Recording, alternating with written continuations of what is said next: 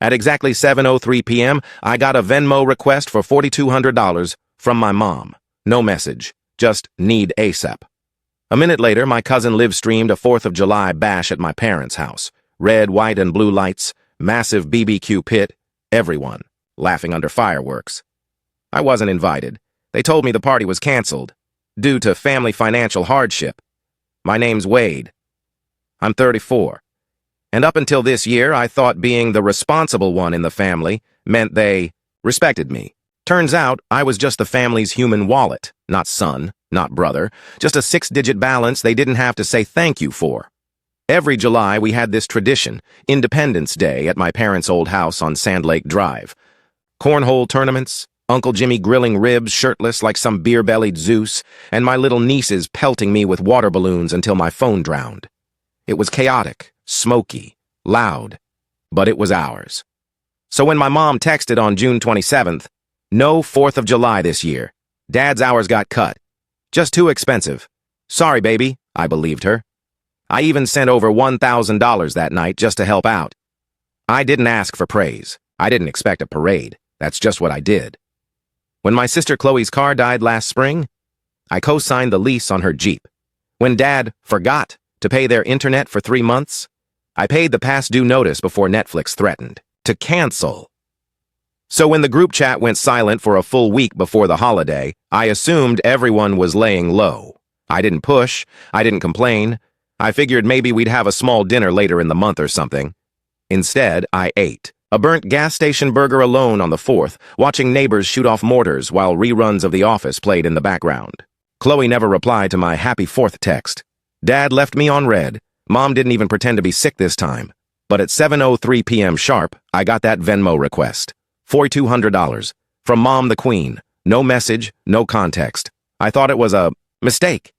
I clicked over to my socials while wondering if she'd been hacked, and that's when I saw it. My cousin Damon was live on TikTok. "Best 4th ever," he yelled, panning across the yard. There it was, my parents' backyard. Red Solo cups, smoke from 2 grills, sparklers, a DJ with actual turntables spinning Party in the USA, Chloe doing jello shots in a flag bikini. Even Uncle Jimmy, shirtless as ever, arm wrestling some neighbor on a folding table.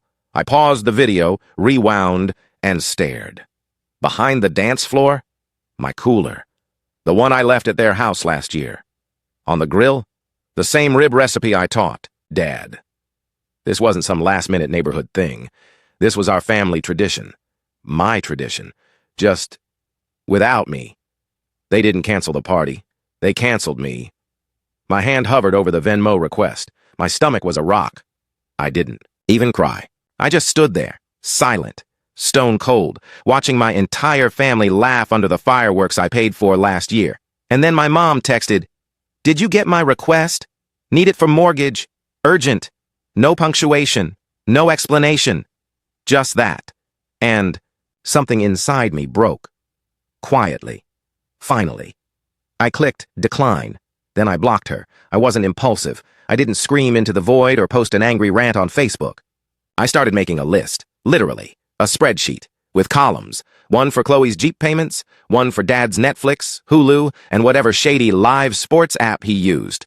One for the power bill I'd been auto-paying for their lake house. Since 2019, the lake house I'd never once been invited to. 28 are here. 129 there. $500 for the unexpected plumbing emergency. It added up like poison over time.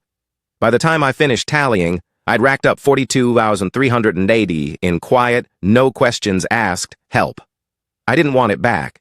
I just wanted them to feel empty. So, I shut down everything. Spotify, gone. Phone plan, canceled. Car insurance, auto pay, terminated. And just like that, their 4th of July fireworks ended with a flick of my mouse. The next morning, my dad called from a landline. I didn't answer. Voicemail transcript. "Hey Wade, listen, something happened with the utilities. Call me ASAP. I didn't. By 10 a.m., Chloe was DMing me from her friend's account. "OMG, my phone's not working. Did you mess something up?" "No, I fixed it." At noon, my mom emailed, subject, "Urgent, please call. This isn't funny." And then, "It wasn't personal, baby. We just thought you were too busy this year." Too busy? I stared at my laptop like it had slapped me. They hadn't just lied. They replaced me. With noise. With beer. with each other. I was good enough to bankroll the party, just not good enough to sit at the table. So I replied, just one line, "You threw a party to celebrate freedom. Enjoy your independence." Then I clicked send and poured myself a bourbon, because the war wasn't over. It had just begun. By the next morning, I was public enemy number one in a family group chat I'd already left. My cousin Alicia, who hadn't texted me in 2 years, suddenly had opinions. "Wade, this is beyond petty. You could have just talked to them." Nope. I could have. I had. For years. I just hadn't realized no one ever listened. That afternoon, Chloe showed up at my apartment unannounced. I live in a secure building. Don't ask me how she got in. Probably charmed the front desk with her usual, "I'm his sister, I'm family, please." I opened the door just enough to hear her out. Her eyes were red-rimmed like she'd been crying, or at least trying to. Look like it. "You shut off my phone. I missed a job interview because of you." "No," I said. "You missed it because you use me as your life raft. Try swimming." Her jaw clenched. "This isn't who you are." "You don't know who I am." "I know you're bitter," she snapped, "because you weren't invited." "You all lied to me," I said calmly, as if reading a headline. "You faked a family emergency, then threw a party in my face, and now I'm bitter?" She scoffed. "It wasn't that deep. And that's the problem."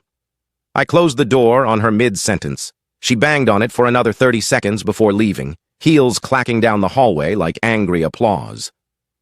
That night, I got a voicemail from, "My father. I heard what you told your sister," he began. "This isn't how you treat blood. I know we messed up, but this is nuclear. You're damn right it is." By Friday, their electricity was off. I know because they tried to log into the utility account again. Yes, I had alerts set up. They tried my old password twice, then gave up. I wasn't petty. I was precise. They didn't get it. They thought I was lashing out over a single holiday. But this wasn't about the barbecue. It was about being used, about being everyone's safety net, about realizing the people you love don't actually see you, only the services you provide. Saturday. I mailed my first legal notice, registered, signed, and delivered. Dad had a second mortgage on the house under my name. Years ago, his credit was wrecked from an investment opportunity that turned out to be a pyramid scheme. I'd co-signed stupidly because he cried about needing a fresh start. Now, I was removing myself from it. I wasn't paying. Another dime on a property that threw fireworks while I ate dinner alone. Then I did the one thing that really lit them up. I posted a single line to Facebook. It's amazing how family can celebrate freedom while keeping you in financial chains. Enjoy the show? Boom, 23 likes, 8 shares, a flood of comments, extended cousins, old neighbors, co-workers of my parents, the kind of people who love a good slow-motion car crash. Mom called 5 times that night. I didn't pick up, but I listened. "Wade, honey, you're making this worse than it is. If you come by, we can talk. I made your favorite, shrimp boil with extra garlic, food bribery, classic." The next morning, she sent an email. Subject, "Please, we're drowning." It was full of flowery regret and teary metaphors. She said she hadn't slept in days. She said Chloe was devastated. She said Dad had chest pains, that the mortgage payment bounced, that their insurance might lapse. I didn't even finish reading it. I forwarded it to my lawyer, because here's the thing. I was done talking. Done explaining. Done begging to be treated like more than a backup generator for their collapsing circus tent of a life.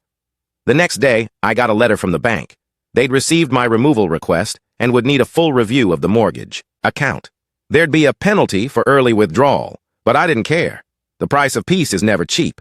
But damn, is it worth it? I went to bed that night without a single buzz, ding, or alert. For the first time in a decade, I slept like someone who didn't owe anyone a thing. Monday morning, 9:41 a.m. sharp, my manager called me into his office. "Wade, I got a weird email from a woman claiming to be your aunt." I stared at him. "She said you were mentally unstable, that you might be misusing company resources, that you need a break before you damage your career permanently." I nearly laughed. Instead, I pulled out my phone. "Want proof she's lying?" I asked. He raised a hand. "Already figured. HR flagged it. Her email was full of typos and wild accusations. Honestly, you've been a model employee, but I wanted to let you know they're escalating." Oh, they were. The fallout wasn't just personal now, it was nuclear. They were trying to burn my reputation, but that was fine. I'd already started building my own firewall.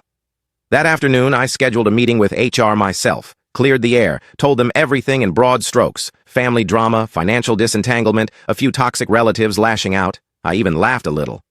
Basically, I stopped paying for the family circus, and now the clowns are pissed, HR chuckled. Happens more than you'd think.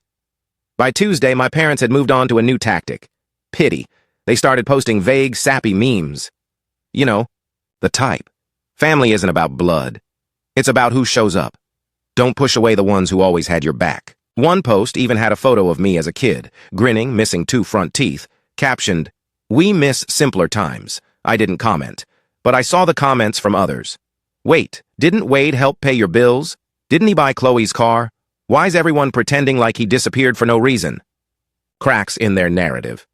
Then came the message that finally made my hands shake, a DM from someone I hadn't talked to in years. My cousin Pete. Bro, you need to see this. Check the family page. I clicked the link. It was a private Facebook group for extended relatives, a thread titled Family Business. Over 100 comments. My parents had shared their version of the story.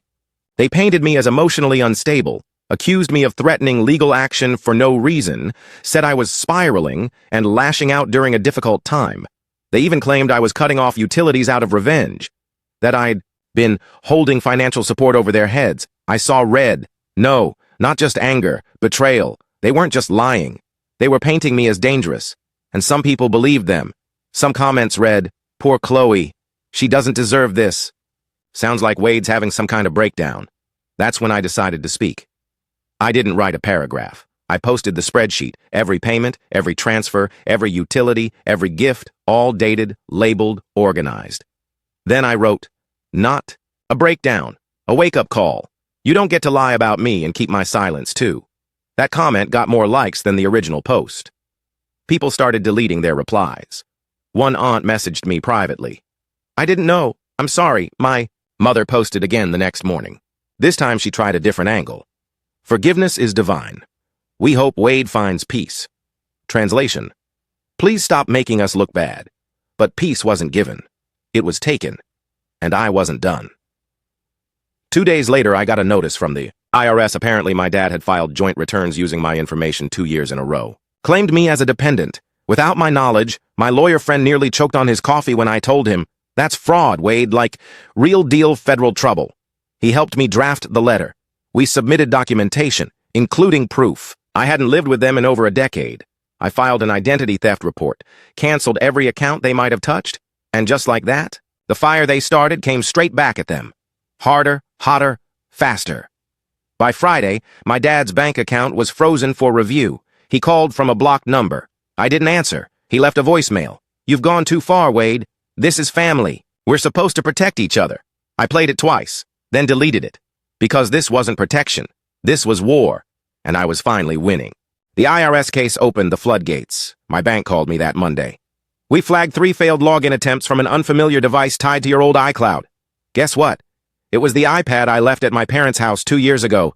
I forgot to log out. They hadn't. I sat there staring at the screen, heart racing, fists clenched. They were trying to drain me, even now. I drove to their house that evening. No warning, no call. Just pure silence and a burning need for closure. The porch light was off. The driveway was empty. But I knew they were inside, hiding like cockroaches when the lights flip on. Rang once, no answer. I knocked harder. Finally, the door cracked open. My dad. He looked tired, hollow, like the weight of the truth was finally pressing down on him. "Where's the iPad?" I asked. He blinked. "What?" "Wade, we haven't used—" "Stop. I know you tried to access my accounts. I got the report." His mouth opened, closed. Then he stepped aside. I walked in. The living room was trashed. Boxes, torn mail, empty bottles. Not a hint of the picture-perfect Instagram house from 2 weeks ago. Then I saw it.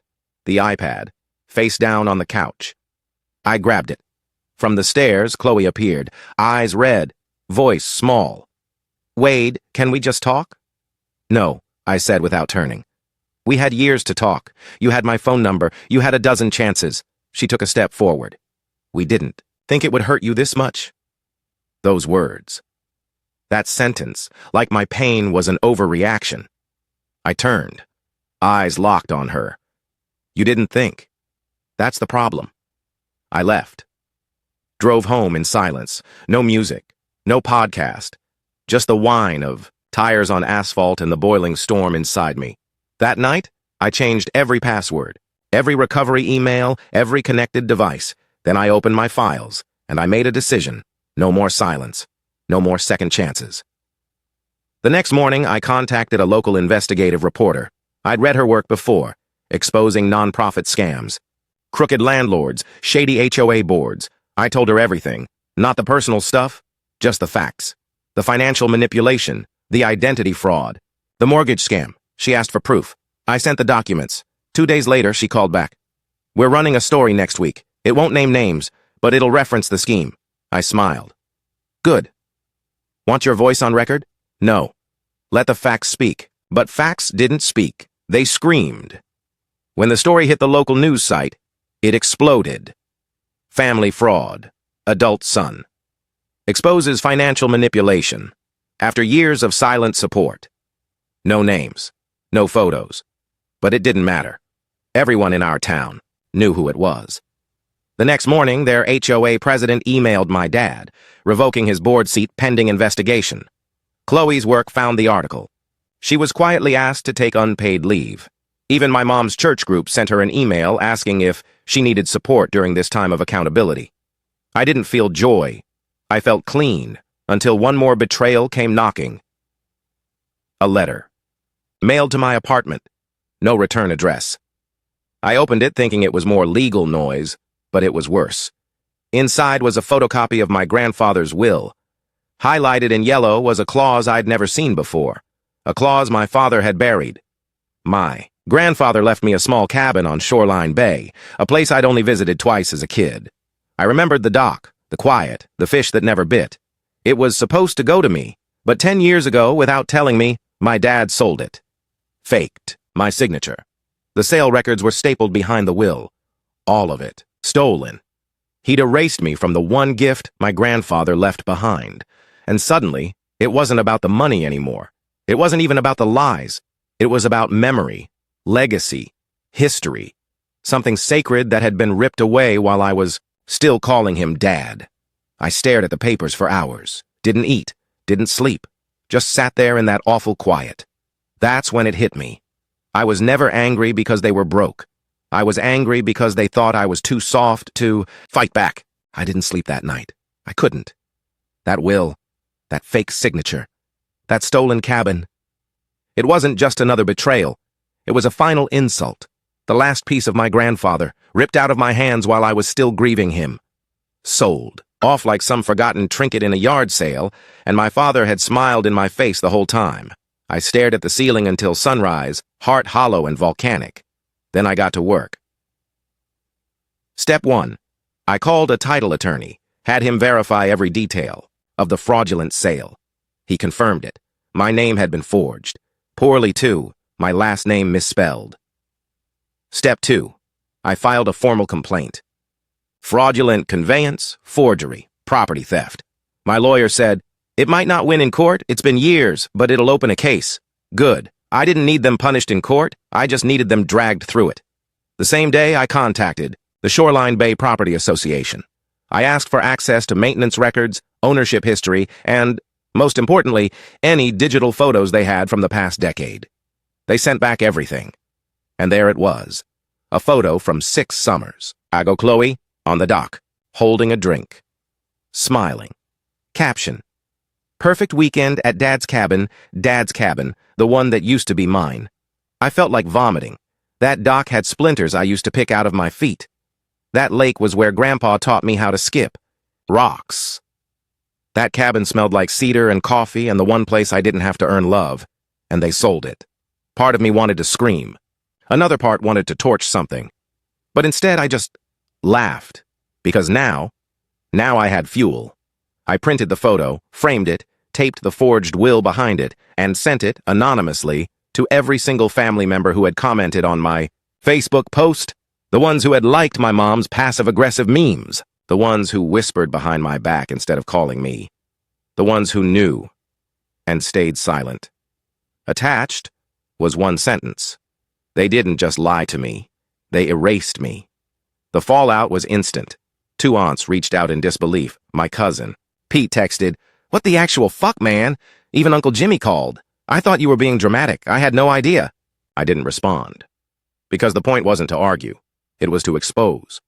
That weekend, I did something no one expected. I drove to Shoreline Bay. I'd avoided it for years. Too many memories.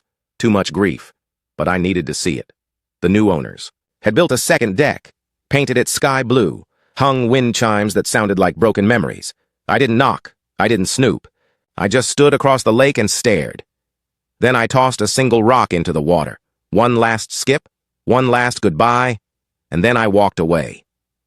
Back in town, I made the final move. I pulled up the trust my grandfather had set up for me when I was 15. It wasn't big, but it was untouched. Because I always said I'd use it for something real, so I did.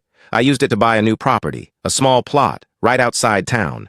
And I started building, not a house, not a cabin, a scholarship fund. For kids like me, raised in chaos, groomed to give. Without thanks, trained to smile while drowning, I named it the Wade Carter Legacy Grant. And I made sure the name Carter would echo in this town for something better than fraud, lies, and fireworks. Then came the final blow. I mailed my father a certified letter. Inside, a copy of the fraud complaint, a printout of the scholarship website, and a note. "You stole my inheritance. So I created one that can't be sold, forged, or erased. Congratulations, Dad. You've inspired something good. By being the worst example I've ever had." I didn't expect a reply. But I got one. A voicemail. His voice was calm, cold. "You think this makes you noble? You think the world cares? You're still bitter, still ungrateful? But you'll come back. You always come back." I played it twice. Then, saved it. Because I wasn't bitter. I was free, and I was never coming back. The message from my father sat in my inbox for a week. "You'll come back." Like I was some dog who'd wandered off without permission. Like I owed them reconciliation. No apology, no shame, just entitlement. But this time, I wasn't angry, was done. The kind of done that settles in your bones like cold steel. The kind of done that feels like breathing clean air after years in smoke. Still, I needed a final act. Not revenge, not cruelty. Truth. I bought ad space in the local paper. Full page, centerfold, black and white, simple, bold font. This is what family looks like when silence is weaponized. When support is expected but respect is optional. Below, a timeline, 10 bullet points, 10 years of financial support, dates, amounts, names redacted, but it didn't matter. Everyone would know. At the bottom, I added one final quote. "Love without honesty is just manipulation dressed in holiday sweaters." The day it ran, I got 17 texts. People I hadn't heard from in a decade, some shocked, some supportive. One anonymous. "That was low, man." Maybe, but sometimes the only way to get people to hear you is to shout. The fallout was instant. Mom deleted her Facebook. Chloe posted a sob story on Instagram. Some people don't value family. She tagged no one, but everyone knew. Comment section turned quick. Someone posted a screenshot of my spreadsheet. Another posted the cabin sale records. One reply said, "Girl, shut up. You rode the free train for a decade."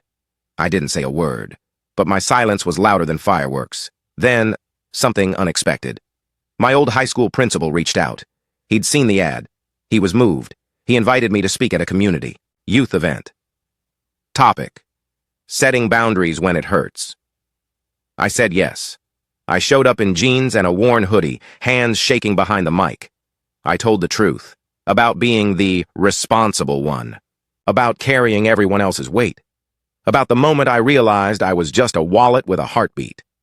When I finished, there was silence. Then applause. Then 3 teenagers came up and hugged me. One said, "I didn't know you could say no to family." That's when I knew I hadn't just escaped. I'd started something. That night I got one last letter. Handwritten, sloppy ink. Torn envelope. No return address. It was from my dad. 4 pages of rage, guilt, excuses, deflection. The final line? "I hope you're proud of what you've done."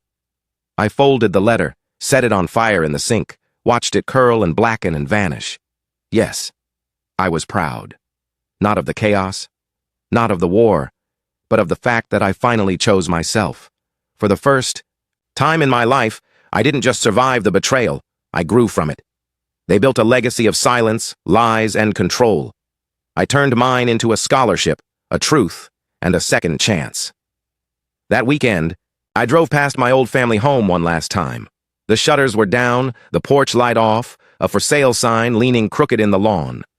Not even a flag out for Labor Day. They weren't just quiet, they were gone, and I smiled. Because they always thought I was the one who needed them. But the truth, they were the ones who couldn't survive without me. And now they'd have to learn how. The hard way, alone. And here it is, the finale of today's story. Did everything turn out as you imagined? Or did it end unexpectedly? I'd love to hear what you think. Leave your thoughts in the comments below, and let's dive into the discussion together. If this story kept you in suspense, don't forget to give it a thumbs up. And if you haven't signed up yet, what are you waiting for? This is your chance to join an incredible community where exciting new stories unfold every day. Click the subscribe button and turn on notifications to stay up to date. Thanks for your attention and see you on your new adventures.